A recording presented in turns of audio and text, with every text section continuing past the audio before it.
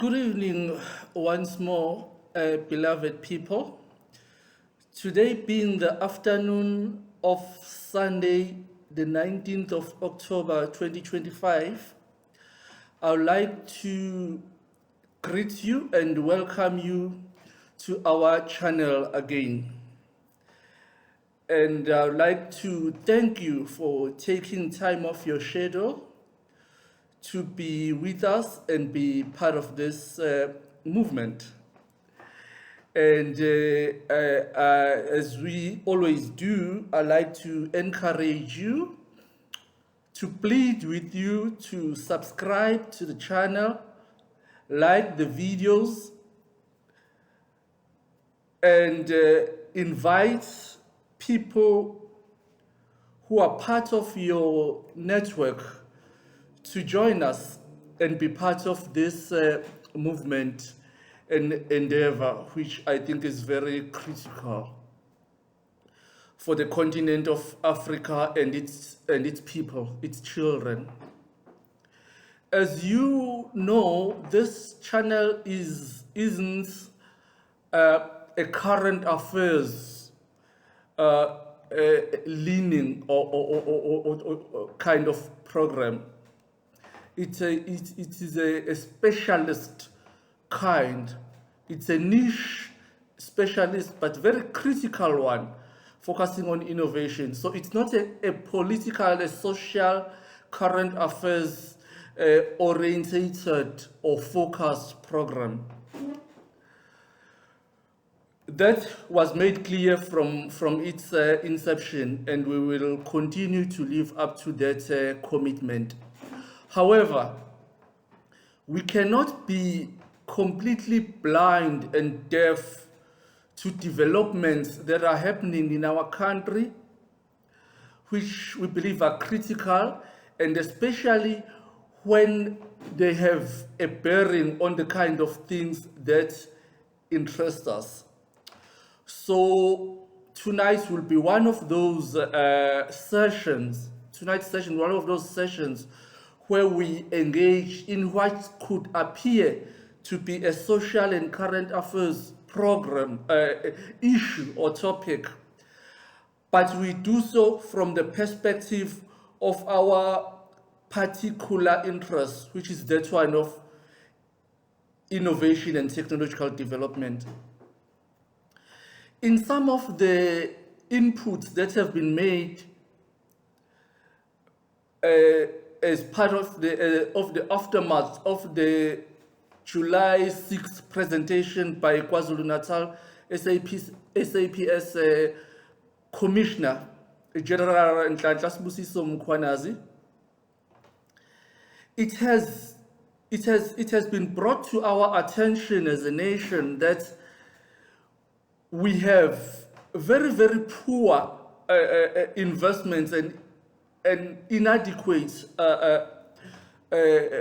equipment and other resources available at the national defense level, at the national defense force, and also to a lesser extent, but at the police force level. The preparedness and readiness of the armed forces and the police services to execute their task in terms of defending us, citizens of this country, and protecting us from criminal elements. The level of readiness is very poor indeed, partly or perhaps even mainly because of inadequate or even non-investments that have been made over the past years or even decades in that. And that's a serious, very, very serious concern. Let me say, as a general concept, and share with you that all technological and innovative developments that we see today in the world and that we utilize in various spheres and avenues of our lives and the businesses that are generated from them to make our lives easier.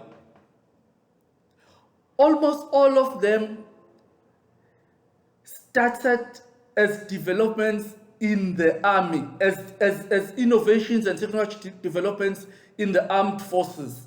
Hence the interest of this channel in the all, including the internet, which is the base from which we all operate, and you name them, social media areas, various social media areas, all of them,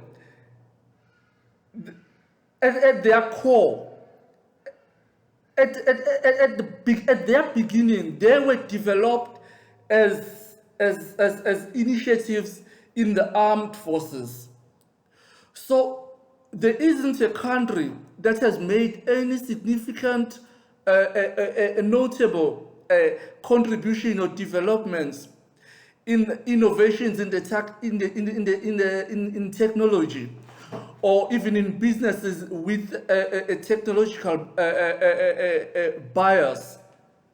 There isn't a single one which had not done so from its army. So, when South Africa, and by extension the continent of Africa, has or is investing poorly in the army, then there will be no innovations worthy of any note, or which could make any sustainable impact, that are going to be developed starting from the army into the rest of into other sectors, other areas of our lives. So tonight, I would like us to focus on the question of investments in the armed and police forces, which will result in innovations and technological developments that will then begin to serve broader interests of broader society. So if we fail at that stage, at innovations at the defense force level, then we have failed as a people, we have failed as a nation. We have no prospects of developing anything worthy of anything. That is what I'd like tonight's session to be about, my beloved people. I'd like us to talk about innovations and developments in the armed and police forces, which could not happen without investments.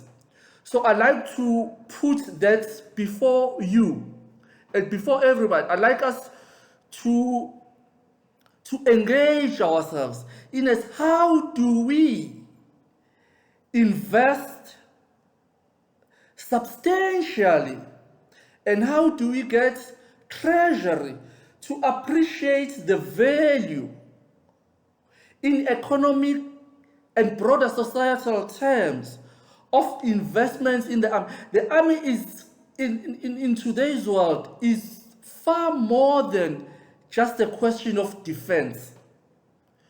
It's the place where innovations, real innovations that will later impact society, are done or take place. And how do we, as a country, South Africa, as a continent, Africa, ensure that we invest appropriately and adequately in that? And that is what I'd like us to focus on tonight. Not to dismiss that as a mere budgetary issue or as a mere socio-political issue. That's what I'd like us to focus on. It's such an important topic and we are running out of time. It needs more time. But it's so important and critical, a topic that though I'm about to end for tonight's session because we've run out of time that we have set for ourselves, it's an area that I would like us to get back to next week. Thank you so much. In the meantime, keep thinking about it. Thank you so much for your time, and that's really appreciated. As we always say, Utemba Wagamataba, thank you and bye-bye.